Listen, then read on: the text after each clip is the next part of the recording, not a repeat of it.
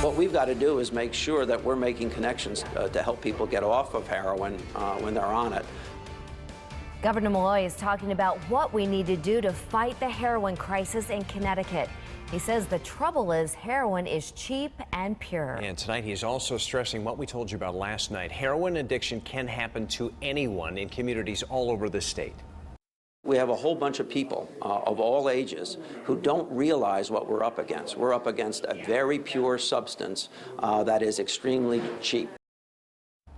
So tonight, News 8 wanted to find out just how hard it is for addicts to get help in Connecticut. News 8's Jackie Slater called detox programs to see if they were letting people in. And Jackie, what'd you find out? And doctors, addicts, they all say long-term treatment is needed to make a full recovery, but often a shorter detox program is required before being accepted into one of those. Now, for many addicts, calling around to find a program is an everyday task that many times ends with false hopes.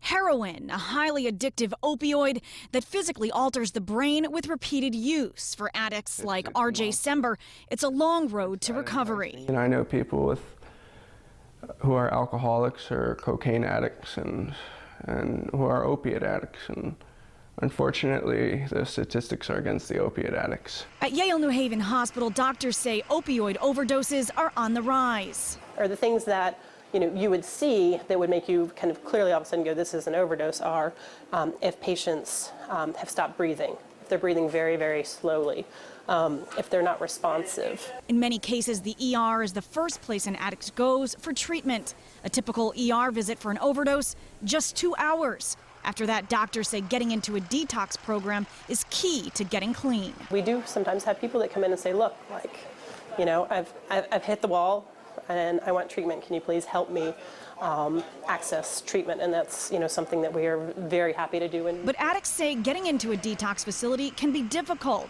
This morning we called 8 facilities that offer 4 to 5 day detox programs. Hi Mary, my name is Jackie. I'm wondering if you had any beds available for the 5-day detox program.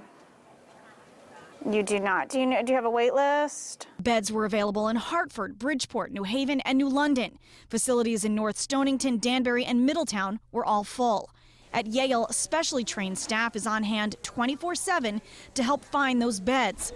Doctors say patients who don't get the help will most likely be back. It's difficult because kind of the natural course of this disease without accessing treatment is not good. And most of those detox facilities do not offer wait lists. They're strictly first come, first serve. All that we talked to were very clear in saying if someone wanted those available beds, they'd have to move fast because they'd most likely be full by the end of the day. Ann?